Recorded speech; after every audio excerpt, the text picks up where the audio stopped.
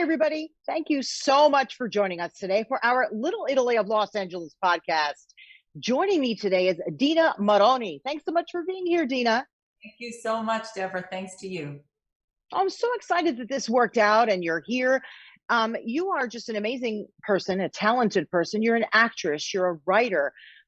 You write for theater. In fact, you have two very, very successful plays here in Los Angeles, right at Theater West. I'm going to have you tell us a little bit about that and a fascinating life growing up, the daughter of Italian immigrants. So there's a whole lot that we can talk about. And I know you're very excited about our Little Italy area down in Los Angeles. So thank you again for being here. Thank you. And I am very excited about the Little Italy, finally, this Right? wonderful Little Italy. And when I first moved to Los Angeles from Rome, I'm originally, I'm Italian, but I was born in Canada and then lived in Rome, Italy. When I moved to Los Angeles, I really felt the need to find a place that was Little Italy. And there really wasn't. There was an Italian restaurant, an Italian cafe, a few Italian friends, and that was about it. And so this Well, is really huge. This is incredible, and this is finally someplace we can send tourists to, we can send our families to, and just a nice place to spend the day. look, we've got a lot planned down there. We've already got some fantastic restaurants there. We're right there by the waterfront. We have a farmer's market. We've got events that we're doing, but it's a little hard, now with COVID. But gosh, I mean, once things loosen up and open up, I think we're just going to be roaring. I mean, you're right. LA has not really had a Little Italy district until now. So you'll be a part of that. So thank you. The So, historical aspect of it, Deborah, the historical aspect of where it is, and some people with the fishermen. And I think that's also very important, the location. It's wonderful. oh, beautiful, beautiful. Let's talk a little bit about, we're going to get into the theater that you do here in LA, which is wildly successful, but you've had quite a life. Talk to me a little bit about growing up. You grew up in Canada, in a pretty large Italian population there. Both your parents came from Italy. What was it like growing up Italian in Canada? You told me you felt a little bit like a, if you will, a fish out of water, right? Fish out of water is a great way, a great description, because a lot of immigrants feel like they're a fish out of water, not just Italians. No matter where you go, even here in Los Angeles, if you're from another country, you come here, you do feel like you don't fit in and you're out of place. So growing up, it was that. You grow up in a family of Italian immigrants. I'm first generation Canadian. My parents didn't speak English. I learned to speak English in kindergarten. And so we only spoke Italian. And our food was different. Everything about us was different. And although there was a large Italian community, I grew up in a city of only 100,000 people. So Mm. you say there's a lot. It was a nice community. We had an Italian church with an Italian mass. Everything was Italian about it. We celebrated the saints. And we had an Italian hall. We still have a hall and we still have an Italian church, but it's changed. It was very Italian. All these Italian families congregated in the church and in this hall. And it was part of just who we were growing up, who I was growing up. But you still felt like a fish out of water. You felt like you just didn't quite fit in. There wasn't a Little Italy in my hometown. So you didn't have that place. It was just the hall or the church. And there were kids in your school that were Italian, but I grew up thinking, like a lot of children of immigrants, you have to speak for your parents, you have to translate, you have to read a label or a letter that comes in the mail because they don't understand it. And so you become an adult at a very young age, learning how to navigate all of this. And then you feel you just don't feel like you're in the right place because you don't feel like you are Italian and you don't feel like you are Canadian or American, as my parents used to say, because they used to say, they came to America. So it was very hard. Right. Didn't quite fit in. You're like, am I Italian? Am I Canadian? So when you were with your friends, I feel so Canadian. And then when you're at home, you're like, I'm so Italian. But then when you got around somebody who was from Italy, you felt like, am I Italian? Am I Canadian? What am I? And that leads to my play, that one of the plays you mentioned called Moose on the Loose. I wrote this play because it was a true story that happened. I called my mother from Los Angeles, and some fires were raging here in LA, and there was mudslides in Malibu. And I was talking to my mother on the phone, and I said, it's really terrible what's going on here. And she said, oh, thank you, we are up in Thunder Bay. in the freezing cold where it's minus 40 Celsius. She said, the Oof. weather's, all we have to worry about is the snow and the cold. Thank God those things don't happen here. You know, what to worry about is maybe like a moose gets loose. And I laughed. I thought it was a joke. And she said, no, there's a moose that got crossed the street from the bush across the street and got stuck in our Polish neighbor's backyard in the camper trailer. And I laughed and I thought, that moose is exactly where it's supposed to be, in the wilderness, in the place where I'm from. And maybe Right. not supposed to be there, like we came, we took over the land, we built homes in the forest, and suddenly all the moose are. And I thought, that's what that moose must feel like. That moose must feel like a fish out of water. Like, Just like you did. just Just like, like you did very often. Yeah. so I You know what I love? Go ahead. I'm sorry. Go ahead. So the metaphor for my title of my play, Moose on the Loose, is that basically it's a metaphor for displaced people. And I identified with the moose, like all immigrants can identify with the moose. You sort of like, You know what I You know what I love? You said that your mom said, "Oh, there's a moose on the loose at the Polish neighbor." I remember growing up, it was always like that. It's like the Irish people were across the street, the German one was like two houses down, right? Somebody from Czechoslovakia was over there. And it's like, I found it very odd that my parents would do that. Or like the Irish people across the street. I'm like, what?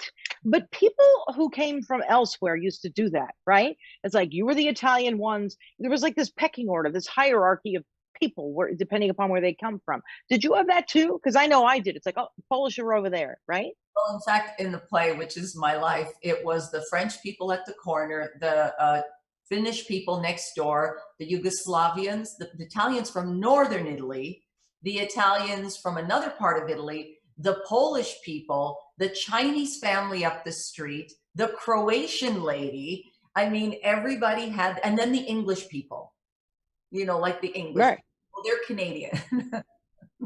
Well, and we were also talking about when you grew up, right? You were in school and, mom would make your lunches to go to school. Cause I know I would go to school with this amazing, like every day was different. This tuna that I love that she would make and put little like things in it to make it special. And always the Italian bread from the bakery, always, or the fresh meatballs that she literally made like the night before. I had the best lunches.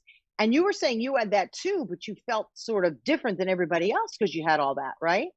We had my mother's homemade bread, and we would have capicola or mortadella or something in our sandwiches. But it was hard. You would pull this out of a brown paper bag that maybe had a stain on it, and you pull this out and unwrap it. Like, I want to cry when I think about it because it's so emotional for me. But I realized how much love was in that, and Oh all yeah. we wanted was to fit in. It wasn't about lack of love or respect. It was just, you just want to fit in. So you wanted that peanut butter and jelly sandwich. You wanted that bologna sandwich that you could say it was bologna. I have a very funny story to share with you about Italian food. But anyway, I just have to say something. I felt great that I had the meatballs and a little bit of lasagna in a container. And the fact that everybody else was stuck with bologna on white bread, it's like, that's their problem. And the fact that their peanut butter and jelly was bleeding through their little brown paper bags, it's like, I used to feel sorry for them. That was one area where I was sort of happy that I didn't fit in. You know what I mean?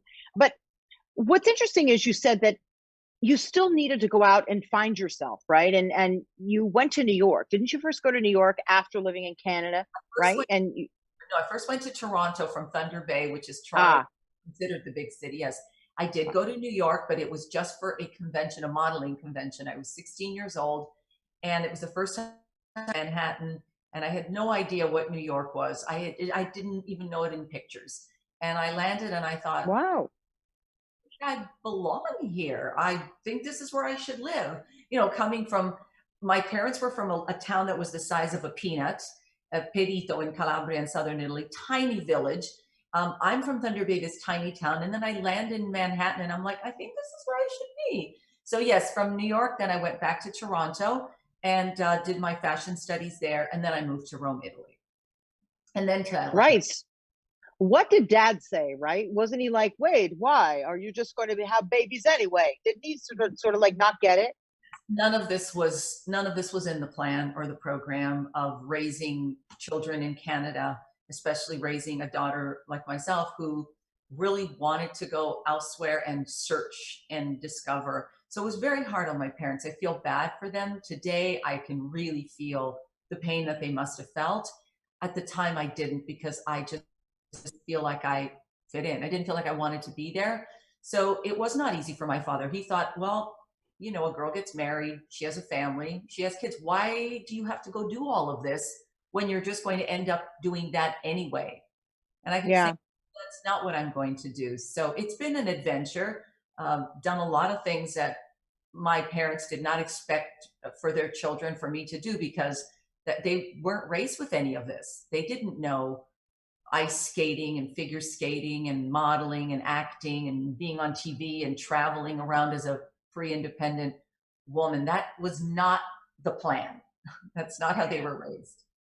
Let's talk a little bit about you being on TV. When you went to Rome, right? Now let's go to Rome. You were in Toronto, New York, back to Canada, then you went to Rome.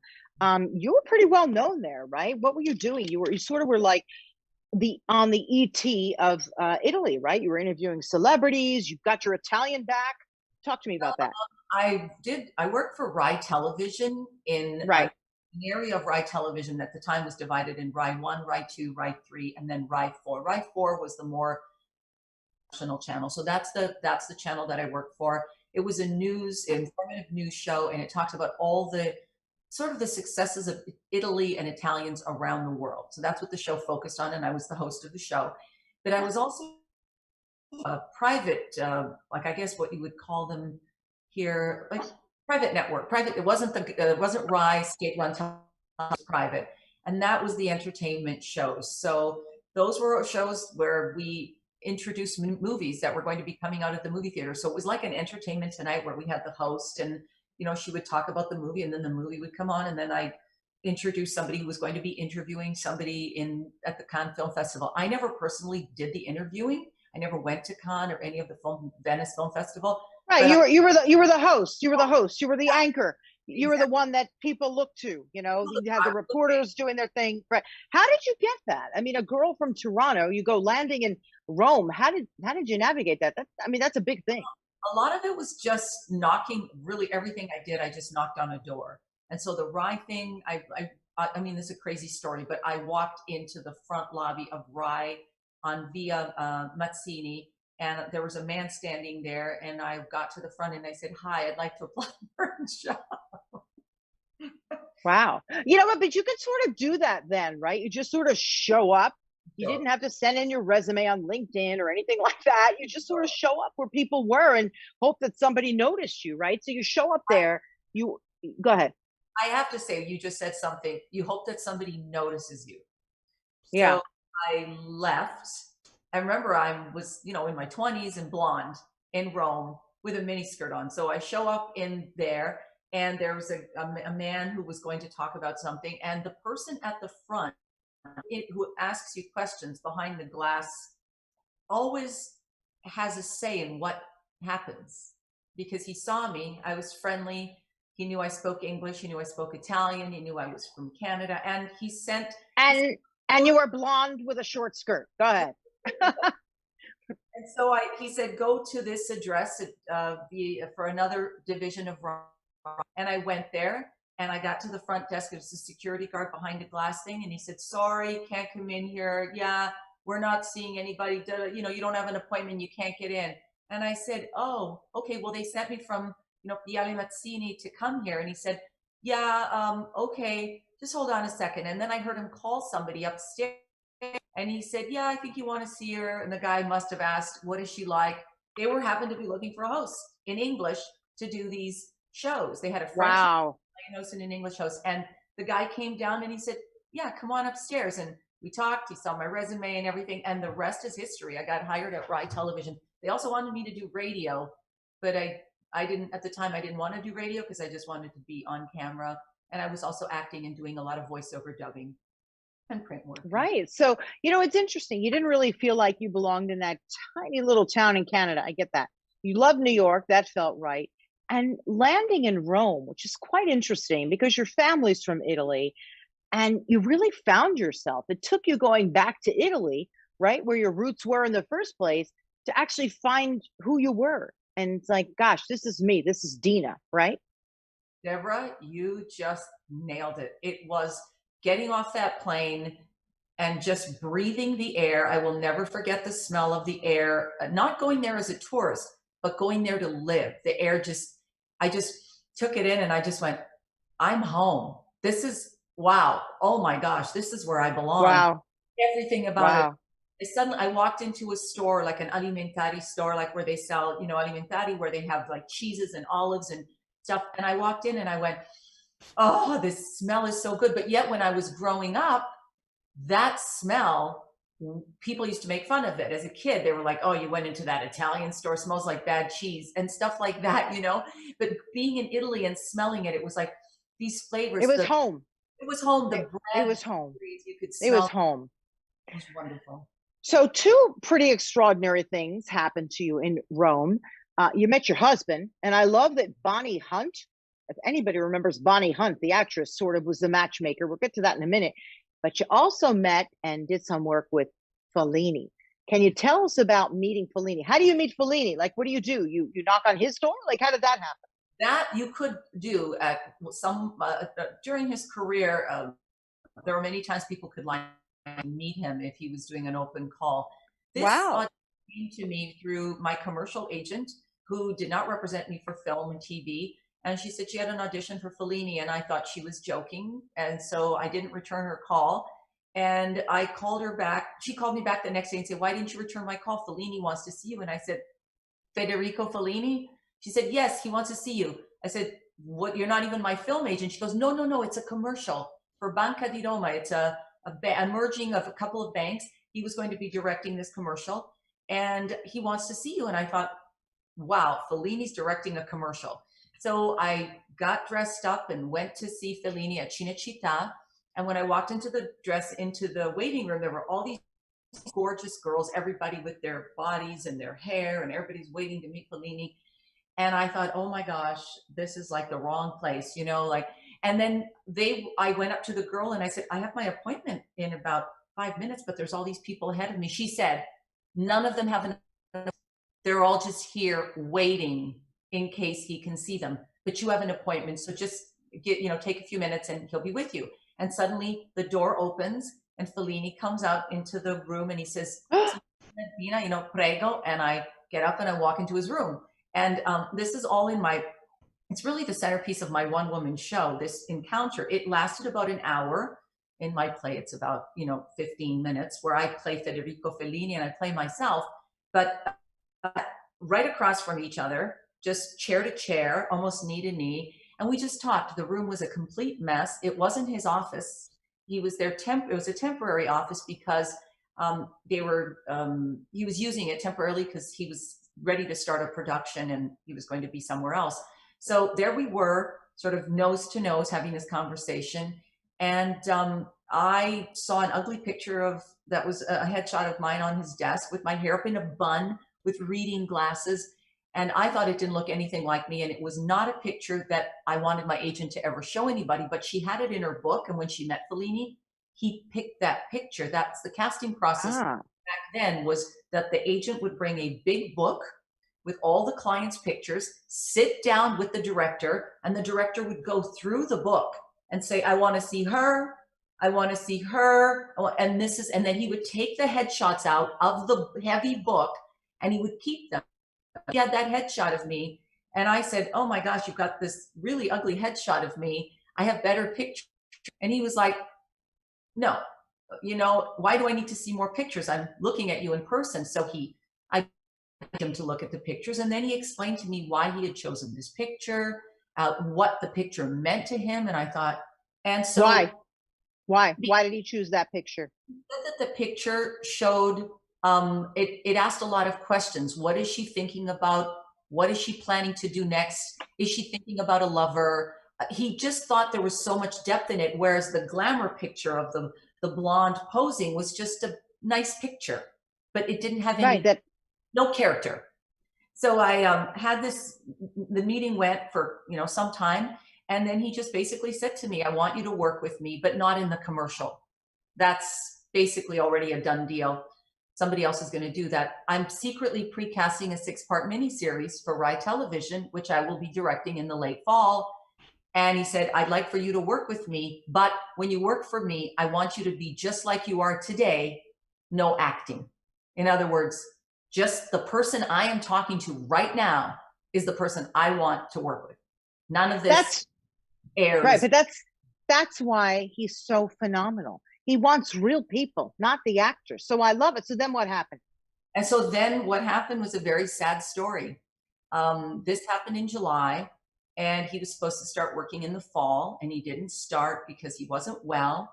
And then it got pushed, and then it got pushed. And then at the end of October, Federico Fellini died. So sad that he lost his life then. Yeah. And, you know, in terms of an opportunity, it's sad that you lost out on that opportunity as well. But what an extraordinary moment to have met him and for you to have touched him. That's extraordinary. That's rare, Dina. That's amazing. Beautiful encounter that I'm fortunate to relive every time I work on my show and every time I rehearse my show, because he shared intimate details about how he felt as a human being and how he felt as a producer, as a director, as an artist, that I thought, is he talking to me? Like, why is he sharing Wow. with me? And he was just one of these, like, it was like this, yeah, kind of like this. And I thought, everybody thinks of Fellini, and here was Fellini sharing stuff with me I wasn't, famous or anything. So it was quite an Yeah. emotion. Now it's the centerpiece of my one-woman show, The Italian in Me. But you know, all of the truly extraordinary writers, directors, actors are just like that because they're so true to their craft, right? He doesn't look at himself as Fellini. He looks at himself as someone who's a person who wants to tell other people's stories. So I love that you touched him like that, Dina. I think that's so exciting. And then also in Italy, um, how'd you end up meeting your husband and how did Bonnie Hunt, the actress, how did she end up sort of the matchmaker there? That's just such a funny story, also. So my husband was shooting a movie in Rome for Norman Jewison called Only You, starring Marissa Tomei, Robert Downey Jr., and Bonnie Hunt. And my friend, a fellow by the name of Egidio Cochimilio, who is a director, he's from Canada, he called me up and said, I'm going to be in Rome working with Norman Jewison on a project. And then there's going to be a huge cast coming over from the States for this movie. Would you help us coordinate some dinners and some going to clubs and stuff like that? I said, I'd love to, because I really knew Rome inside and out. It was my home. And so my very first dinner that I planned when all of us were getting together was going to be at this restaurant that served Bolognese cuisine, lots of tortellini and tortelloni, and just the best. Fellini ate there. This is why I brought everybody there, because this was Fellini's restaurant, his sort of restaurant. This is where he ate almost every day. This was in the evening that we were going. So I coordinated the dinner and with the crew. And then Bonnie called me up, Egidio called me up and he said, oh, by the way, the editor, assistant editor just got into town. Can we add 2 more people to the restaurant, to the table, to the reservation? And so I said, yeah, okay. So I added 2 more people, and it happened to be my husband, who was the editor, and the assistant editor. And Stephen sat close to me so I could watch him and see what he was eating. He's very quiet. My husband's not a talkative. He likes to listen and observe. And so he wasn't doing a lot of the talking, but other people were. And he was just a very nice guy, but he wasn't gregarious or outspoken. He just was quietly eating his meal. And while everybody else was ordering very simple food, my husband ordered tortelloni di zucca, which is the pumpkin squash, stuffed in. That wasn't a very common thing in Los Angeles at the time. So a lot of people didn't know that. And I thought, this American guy is going to hate this pasta. He might not like the taste, but here he was savoring it. And I thought, well, look at him, just very quietly eating. And so we became friends. And because of editors working late hours, the rest of the crew would go out after they wrapped, and the editor and the assistant editor would be left to their own, devices at 9 o'clock at night. I happened to be living right in the center of Rome. And I said to Steve, if you ever want to have dinner, just let me know. I'd love to, hang out. And so we would go and have dinner. But I had a boyfriend. I was just, Oops. it was just friendly. It wasn't like these are nice people. My friend introduced me to all of them. I happen to live here. I'm right next door almost to the place, the residence he was staying in. So we got to be very friendly. And then one night, I met Bonnie through the production, and Bonnie Hunt, and we had lunch one day, and Bonnie said, "You know, that Stephen Rifkin, he's a really nice guy. He really likes you." And I thought, I was very awkward and uncomfortable for me because I had a boyfriend. We were kind of breaking up, but still. And then she Oh went, well. exactly. And then she went to Stephen and said, "No, that Dina, she really likes you." Oh my gosh. And I so love that. I saw Stephen after that because we saw each other a lot with the crew, with Norman. We all had Thanksgiving together. Everybody from the crew and the cast, we were all together for Thanksgiving. I would get nervous around him because I thought, this isn't right. I just didn't feel right around it, and nor did he. He felt awkward, and always like this sort of like we wanted to talk to each other, but we didn't because it just didn't feel comfortable. So when we finally, my relationship was over in Italy, and I moved to Toronto. Stephen was editing his movie Ah. in Toronto, and we went out for dinner. Started talking, and the truth came out. Bonnie had said this to him, and Bonnie and we both looked at each other and said, "I didn't say that," and Ah, I I didn't. love that. She is adorable. Oh my gosh, she should have been like, I hope she was at your wedding when you guys got Well, married. we didn't really have a wedding. We had we did it in our own living room. We just had a justice of the peace, but we did have a dinner with Bonnie and Norman, Oh, Norman's that's wife. it. Now, for people who don't know, let's tell people what is it that your husband does because he's a very well-known man. My husband is a picture editor. He's a film editor for feature films. And his name is Stephen Rivkin, right. and He's very well known for people in the business and even people not in the business. His name is just sort of everywhere. So, he's an artist also in his own right. So, after this dinner, right, in Toronto, where you find out that Bonnie Hunt was the one trying to set you guys up all along, how did you end up in LA with him? How did that work out? Stephen was just there editing a project. And once he was done doing Only You, he came back to LA. And my goal was that I was going to spend 6 months in LA anyway, before I even met Stephen. That was my goal. I was going to be in LA. I think just Destino, and the name of the movie originally was Destino before it was called Only You. So it's kind of was Destino that I was supposed to be coming to LA, and this person came into my life who was living in LA, and I came out to LA for what was supposed to be 6 months, and then I ended up staying, and I'm still here. And And I got married 9 years ago. Well, wow, absolutely extraordinary. So, you were trying to find your way, right? Trying to find your way in LA, which could be difficult initially. But I love that you took a writing course, right? And you wrote your first one woman play, Moose on the Loose, right? At Theater West. Is that where you performed it? And that's in Studio City. I performed it at my first, The Italian in Me. I performed over. I'm sorry, Deborah. That's okay. Tell them to wait. Someone's trying to call me from Canada and they don't get the message when I tell them that I can't talk to them. Happens all the time. Anyway, so which one did you write first? I thought you did Moose on the Loose first, no? No, I did The Italian in Me. Oh, okay. Italian and Me was first. Sorry about that. I got it sort of backwards. So you did Italian and Me, one woman show, and what's that about? The Moose on the Loose play is about wait, did you say The Moose on the Loose or The Italian in Me The first? Italian and Me. Which one? What is that one about? And I've seen it, but I want to tell our audience. Me is the one about a young girl raised in an Italian family, moves to Rome and tries to work in the film business and tries to make her way, and knocks on a lot of doors, prays to a lot of saints, angels, and all kinds of priests, and doesn't quite get what she wants, and then meets Federico Fellini. That's why the Oh, Fellini story is in my play, and it's the centerpiece of my play.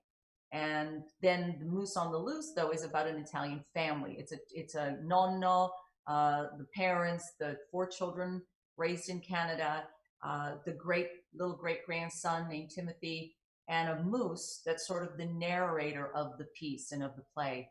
And it is the story of, it's about change. It's about how difficult change is for an Italian immigrant that comes over to America and tries to find their way. There's the whole communication breakdown. There's the cultural differences of being raised in a country in America and your parents came from Italy. They have different cultural ideas of what they think you should be doing. And so it's very, um, it's very much based on my family, but it's not my family. The play is really about every Italian or immigrant family coming over. And but it's very touching because the nonno in the end tells us the story of why he came to America. And when he Mm. tells that story, I wrote the play and I still get teary eyed. And a lot It's of people, abs. Look, there's so many people in the audience who see themselves in that play, no matter who you are and your background or when your family came to America. There's a little piece of all of us in that play, which is extraordinary. And the way that you act it is just beautiful. This is what you're meant to do. There's no doubt. The writing, the acting, it all came together. It's just extraordinary, Dina. And also, the Italian in me, which I remember when I saw that, and the whole Fellini part of my jaw dropped. I thought, gosh, what an extraordinary moment to be able to meet him because I'm such a fan of his, and I never did meet him. And I have a friend who's worked with him as well in Italy. She's a filmmaker, and it's just someone that I would have loved to have met. And the fact that you um, came so close with him and that you had an impact on him is pretty amazing. Um, well, they say right so know. They say write what you know. And so I feel whenever I write, I like to write what I know and I like to tell the stories of what stories I can share. I did a one woman show before I did The Italian in Me that was called Getting There by Going Nowhere. And it was four stories of four different women that tell their story. It's basically, they're ah, sort of, very different characters. One woman was from Texas. One was, just like a New York type woman. And there was one Italian who was this Italian diva in my show. And anyway, there are these four women and they are telling their story. And when it was all over, I had someone come up to me and he said, everything you did up there, but that Italian story, no one can do that Italian story but you. I said, no, no, no, no. I want to be able to play other characters. I want to do the woman from Texas. And he said, Dina, you lived the Italian experience. You are Italian. You can tell those Italian stories like nobody can because you are Italian. Leave those stories to the girl from Texas.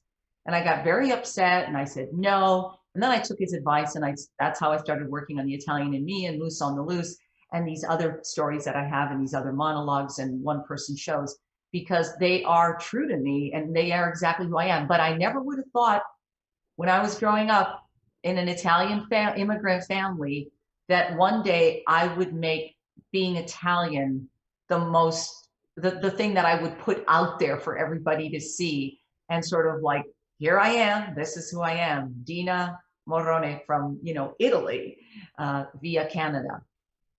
So I love that. I was going to say, if you were to, look at your life and come full circle, but you just answered my question before I even got to ask it.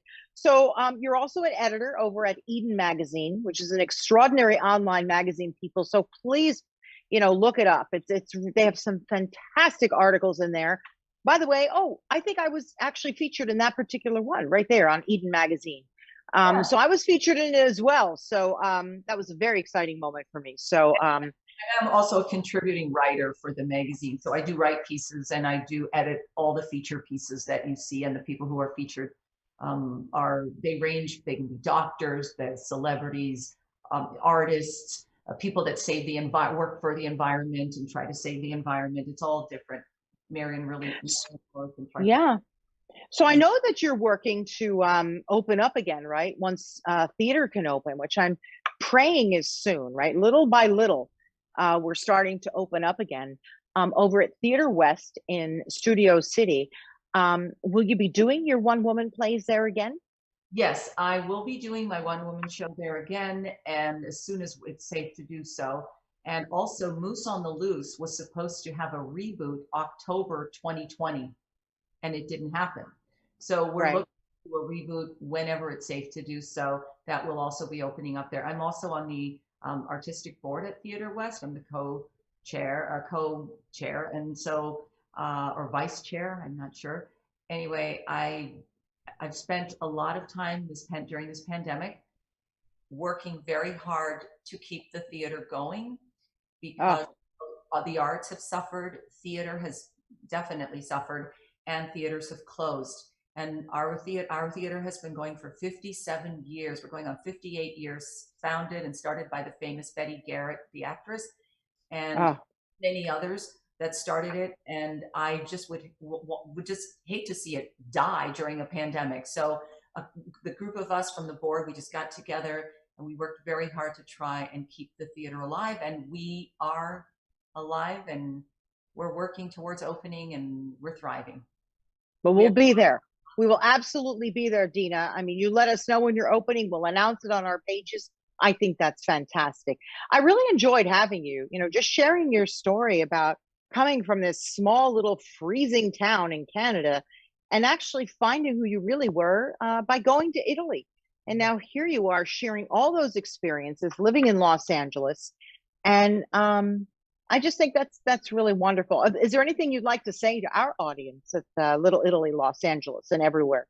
actually what bringing that Italianness to Los Angeles, bringing my stories and being of who I am to Los Angeles is really important because when I first moved to Los Angeles, I had come out here to study acting before I even came out here with my husband.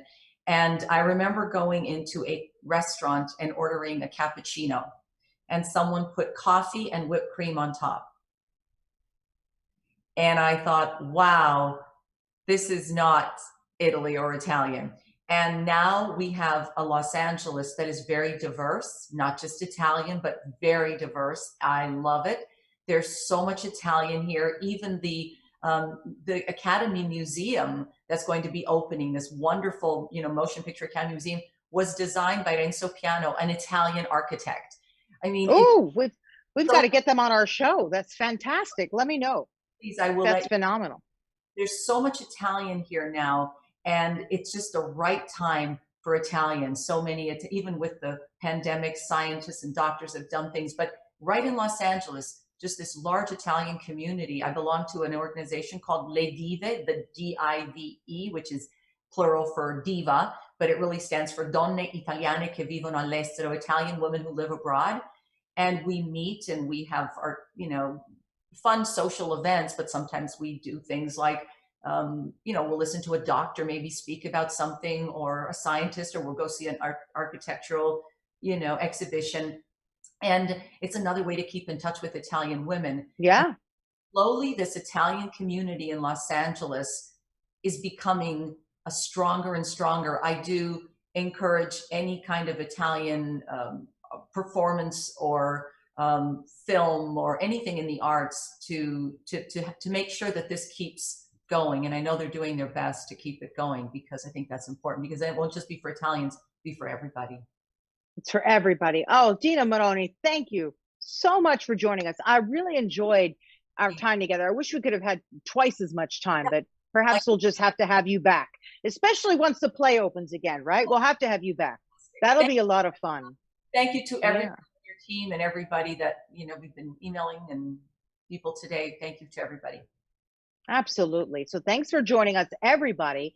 Dina Morrone, please look her up on all of her social media pages. We'll share that as well.